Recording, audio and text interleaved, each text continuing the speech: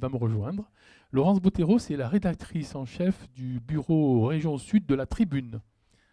Merci d'être là, Laurence. Elle va prendre le relais de l'animation, et je vous retrouverai tout à l'heure, de ces plateaux télé. Et c'est une grande chance. La Tribune est partenaire du FilmEd. C'est une grande chance d'avoir Laurence aujourd'hui, qui va aborder là aussi un sujet très disruptif dans le financement de nos startups. Je la laisse vous le présenter. Laurence.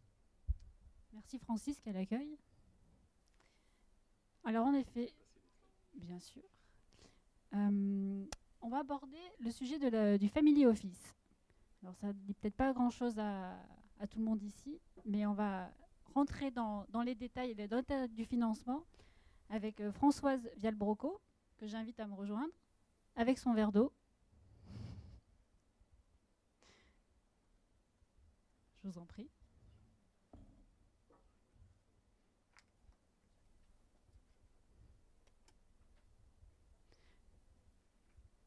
Je vous laisse vous installer. Donc Françoise Vialbroco, vous êtes déléguée régionale de l'Association française des Family Office. Donc vous avez le micro qui est là. Oui, bonjour. Bonjour à tout le monde.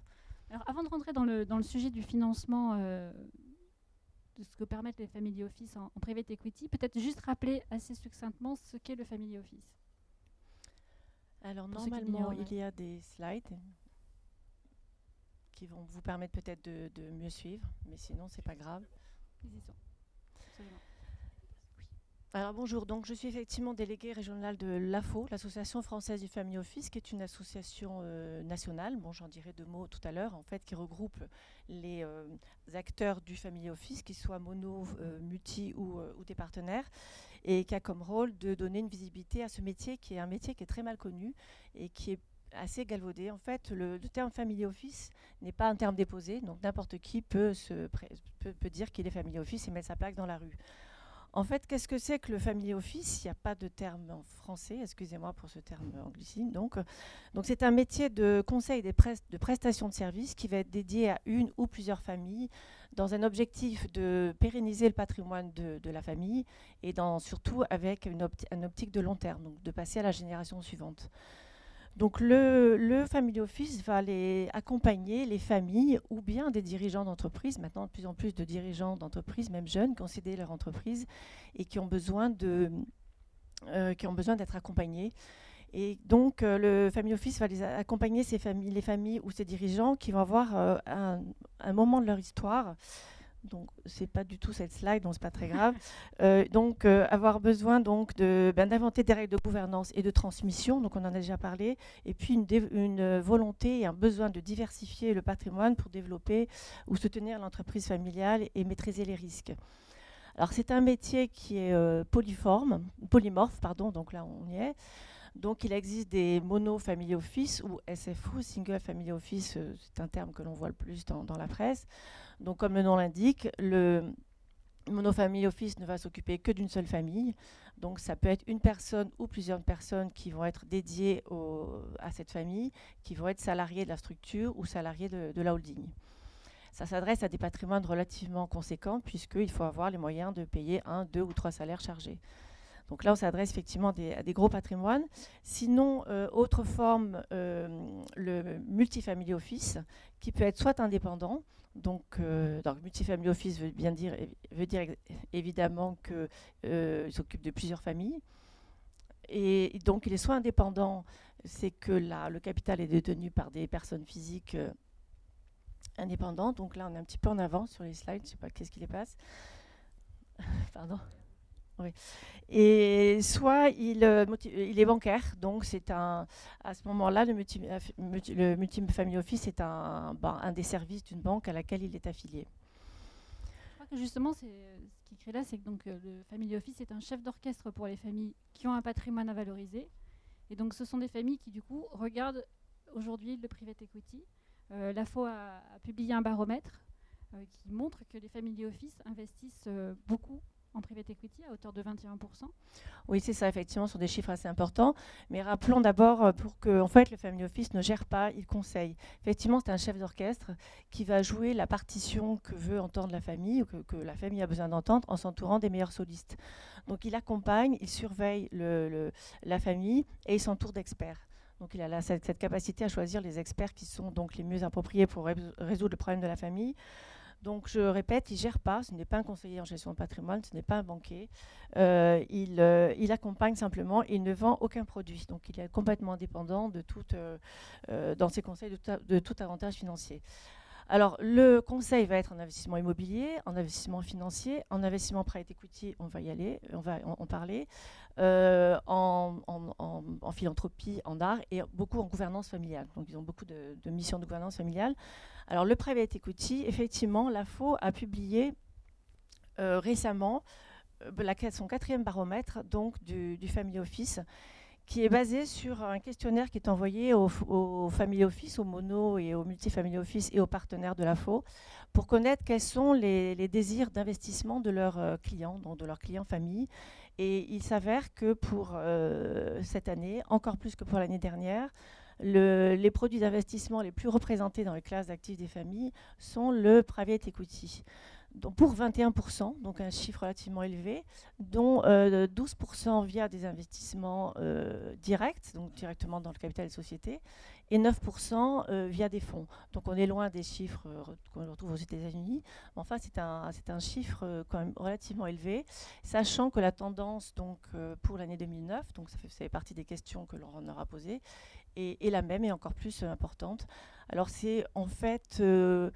les investissements immobiliers sont la deuxième investissement et ensuite les investissements d'actions cotées qui baissent au profit du private equity, sans doute à cause de la volatilité. Alors pourquoi le private equity donc c'est une recherche de diversification bien entendu, une recherche de rendement. Tous les secteurs d'activité sont intéressants pour les familles, ou les jeunes dirigeants d'entreprises qui ont pu céder.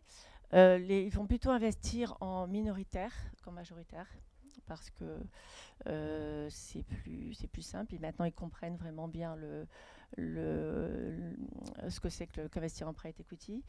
Et les monofamily office, c'est ce qui est intéressant, de plus en plus de monofamily office ont créé leurs propres fonds pour investir dans le capital des entreprises.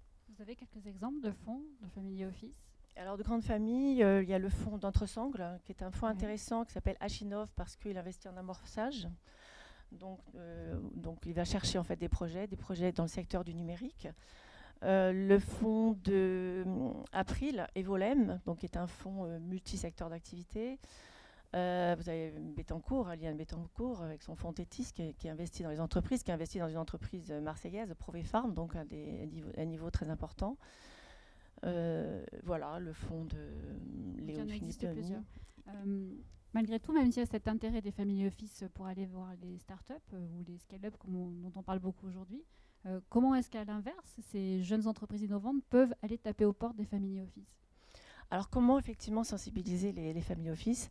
C'est par exemple en assistant à ce genre de forum. Du reste, je remercie Francis Papazian et le FIMED d'avoir invité l'AFO.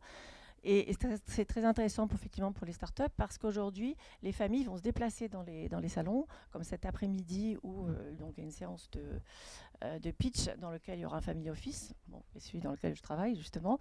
Mais des exemples intéressants comme ce qu'on disait tout à l'heure, c'est qu'il y a un multifamily office bancaire qui cette année a amené 15 de ses clients au CES de Las Vegas pour qu'elles rencontrent en direct des entreprises et qu'elles aient un ADN et qu'elles aient envie d'investir dans les entreprises. Donc c'est le même cas pour Vivatech. Donc beaucoup de familles se sont déplacées pour aller voir directement les entreprises. Donc ça c'est nouveau comme façon d'aller chercher des entreprises où investir. Tout à fait. Les familles qui ont, donc on l'a vu avec les chiffres, donc sont de plus en plus intéressées par cette diversification, vont de plus en plus aller elles-mêmes à la rencontre des dirigeants d'entreprise. Juste une question, est-ce qu'il y a quelqu'un parmi vous qui a déjà eu affaire à un family office parmi les startups qui seraient présentes ? Pas encore. Pas encore. Donc, vous avez du travail pour cet après-midi. Exactement. Vous-même, vous allez être là cet après-midi, vous allez regarder les projets qui vous seront présentés. Quels sont les points sur lesquels vous êtes très attentive pour vous dire, voilà, là c'est une entreprise où il faut aller investir. Vous parliez de Provefarm tout à l'heure, qui effectivement a remis au goût du jour le bleu de méthylène, si je ne me trompe pas. Et donc, qui était vraiment sur une innovation de rupture. Est-ce que c'est de l'innovation technologique? C'est forcément de l'innovation de rupture? C'est un projet auquel on croit? Vous parliez d'Entresang tout à l'heure, qui pourtant est dans le transport, mais qui regarde le numérique. Quels sont les points pour lesquels il faudrait que les startups soient très attentives? Je ne pense pas qu'on puisse faire des généralités. En vérité, ça va être chaque famille qui va avoir des intérêts ou des envies d'investir. Ça peut être beaucoup dans le secteur médical, par exemple, si dans la famille, ils ont un membre de la famille qui a pu avoir un problème médical quelconque. Donc là, la famille va investir dans la recherche, voilà. Après, dans le numérique, ça peut être effectivement le dirigeant d'entreprise qui lui-même avait une entreprise et qui pensait que le numérique est un élément important, donc ils vont se diriger vers le numérique. On ne peut pas dire qu'il faut que l'entreprise et ce secteur d'activité soit telle ou telle phase de... Il y a vraiment tous les cas de figure, avec tous les cas de famille. Et toutes les phases de développement? Alors, toutes les phases de développement, puisqu'en fait, on en parlait d'Achinov, qui est vraiment en amorçage. Le Family Office pour lequel je travaille a noué un partenariat avec Angel Square, qui est un fonds d'amorçage. Donc, il va permettre aux familles de pouvoir avoir, cette fois-ci via un fonds, en tout cas accès à des entreprises qui sont en phase d'amorçage. Si on revient sur l'un des pourcentages que vous donniez tout à l'heure, donc ces 12% des investissements se font en direct. Ça veut dire qu'il y a une relation aussi humaine qui se crée entre les family office et les entreprises. Alors, comme tout fonds, le family office qui va rentrer dans le capital d'une entreprise a, dans la plupart des cas, un poste au conseil d'administration. Donc, il va effectivement être assez actif et la relation humaine est très importante. C'est un milieu où la relation humaine est primordiale puisqu'en fait, le family office va accompagner la famille, il va être donc tout à fait en confiance et en plus dans les générations suivantes. Donc la relation humaine est très importante. Alors il peut avoir une position peut-être parfois, je vais être un peu négatif, un peu trop prégnante sur le conseil d'administration. Mais enfin, il suffit à la base de donner les règles du jeu. Et le family office pour la famille est là justement pour bien expliquer à la famille la façon dont il pourra avoir sa place dans un conseil d'administration, c'est-à-dire pas trop prégnant. Alors, ce qui est intéressant, alors pourquoi ils investissent dans le private equity aussi, c'est parce qu'on a parlé d'investissement à long terme pour passer à la génération suivante. Donc l'idée, en rentrant dans le capital des entreprises, c'est de pouvoir rester longtemps dans le capital de l'entreprise et de passer à la génération suivante si besoin. Donc ce n'est pas une sortie à 3 ou 6 ans, mais c'est plus long que ça? Tout à fait. Est-ce qu'il y a des questions?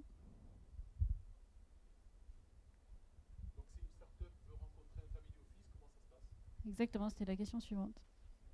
Comment les repérer, en fait, les family office? Il y a les noms que vous venez de citer, donc celui de Liliane Bettencourt est connu, mais comment aller... en fait, continuez à aller dans des salons comme vous le faites aujourd'hui. Grâce au FinMed, vous allez pouvoir rencontrer des family office, donc aller un petit peu dans tous ces salons, et puis effectivement en direct, se rapprocher de family office, et puis d'essayer de les contacter pour leur envoyer des dossiers. Mais le mieux, c'est vraiment de participer à des salons, puisque comme on le disait, dans les salons, les family office, comme tout fonds, viennent à la rencontre des entreprises. Donc c'est même plus simple dans ce sens-là. Donc être visible et que les family office viennent vous rencontrer dans les différents événements dans lesquels vous êtes visible. Oui. Priorité. Est-ce que vous travaillez avec des leveurs de fonds? On peut avoir des partenariats avec un leveur de fonds si on cherche effectivement pour un investisseur, pour une famille, un investissement particulier.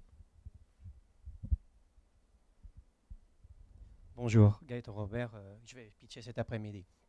Une question concernant les family office. Sont-ils plus centrés sur du seed ou ils vont sur de la série A jusqu'à de la D ou de la E?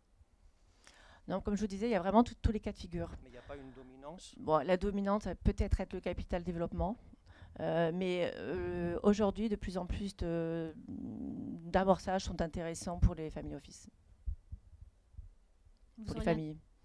Vous seriez intéressé par rentrer un family office? Pourquoi pas? On en reparlera. Ouais, voilà. D'accord.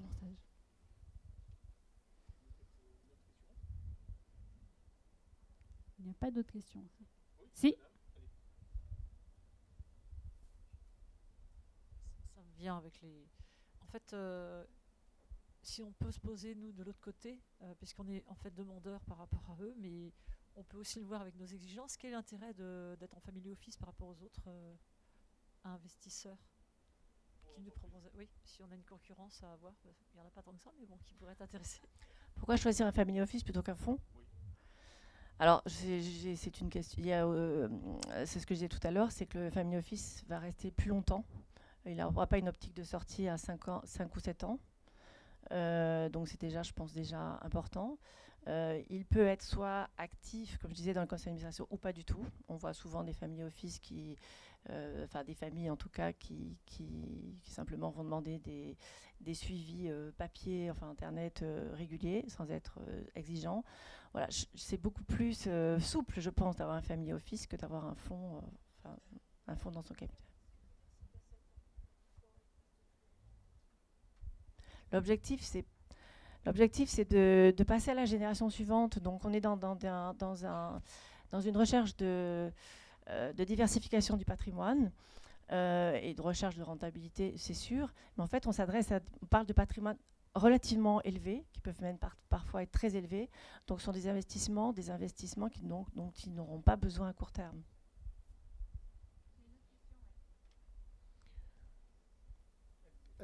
Est-ce que vous rentrez aussi pendant les phases de recherche, en fait, le début de la société qui est en finalisation de recherche, MVC ou autre, c'est-à-dire, on appelle ça amorçage normalement, mais la problématique, c'est l'attraction client qui est demandée souvent chez les business angels.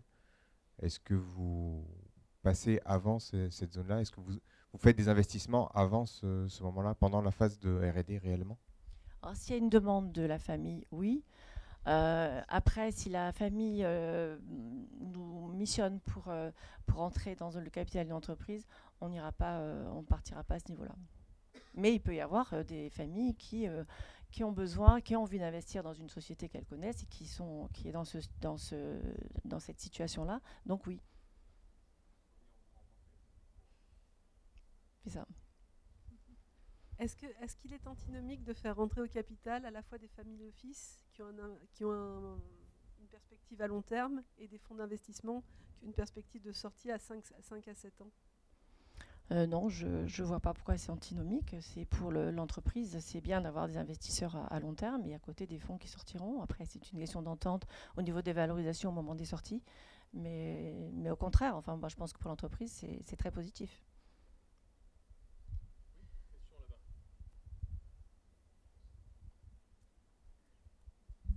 Bonjour, Alain Morin, donc Société GM Pro. Est-ce que les financements industriels sont ici faits? Et est-ce qu'il y a des minimums d'investissement où vous êtes, les family office privilégient les investissements au million d'euros ou à moins de 500 000 euros, c'est possible? Oui, tout à fait. Et dans le milieu industriel, Françoise? Dans le milieu industriel, il y a eu des investissements faits par des familles dans le milieu industriel. C'est tout secteur d'activité. Il n'y a pas de secteurs qui sont interdits, qui sont bannis, sur lesquels on ne les conseille pas. C'est vraiment des questions d'opportunité et de choix. Donc ça veut dire que ça pourrait être dans des PME qui ont besoin de passer à un stade supérieur? Oui, bien sûr. Pas que les startups et les scale-up. Vous disiez qu'aux États-Unis, c'est plus que ça. Est-ce que ça pourrait être le même cas en France? Est-ce que les tendances sont en progression apparemment d'année en année? Est-ce que ça pourrait encore progresser? Écoutez, je l'espère, en tout cas pour les entreprises, mais la tendance est à la hausse. Donc, on est même presque surpris de voir que les familles ont de plus en plus des impétences au risque. Alors, excusez-moi, je dis risque parce qu'effectivement, ça peut être parfois qui est tout double, mais oui, pourquoi pas. Très bien. Donc, les startups ont compris, il faut aller sur les salons, ne pas hésiter à être frapper visible. aux portes. Il faut être visible, sachant que les family office et pour les familles vont au-devant des entreprises qui sont visibles. Je reviens peut-être 2 minutes tout à l'heure sur la question qui vous a été posée sur est-ce que vous travaillez avec les leveurs de fonds? Vous concertez peut-être avec d'autres fonds, avec des business angels, avec d'autres acteurs du financement? Alors comme oui, je vous ai cité l'exemple en fait du family office que je suis qui travaille avec un partenariat avec Angel Square. On essaie de rencontrer beaucoup de fonds qui, eux, sont très intéressés par faire rentrer des familles, bien entendu. Donc, on peut nouer des partenariats parce qu'en fait, un family office tout seul, s'il n'a pas une équipe très bien structurée pour aller chercher le private equity, effectivement, il s'adosse à des partenaires. D'accord, très bien. Donc on rappelle, être visible, frapper aux portes, Participer à des salons. participer aux séances Comme de le pitch, Filmed. même si des startups en ont marre de pitcher. C'est un choix. Bon, c'est- Françoise, vous représentez l'association française du Family Office sur toute la région sud. On est ici dans un écosystème où doit y avoir beaucoup de Family Office, en tout cas de familles qui ont les moyens d'être des Family Office. Alors, je suppose que cette information n'existe pas, elle est par définition un peu secrète, mais est-ce que vous avez quelques indicateurs sans les chiffrer sur l'écosystème 06 Monaco? Est-ce que c'est vivant, animé? Est-ce qu'il y a une culture de l'investissement dans l'equity des family office de cet écosystème-là? Je suis désolée, Francis, mais j'ai pas de réponse. En fait, à Monaco, effectivement, il y a beaucoup de patrimoine, donc il y a beaucoup de family office, il y a beaucoup de familles ou d'anciens dirigeants qui ont cédé. Donc, à Monaco est très très actif en ce qui concerne le family office. Bon, les réglementations sont vraiment différentes.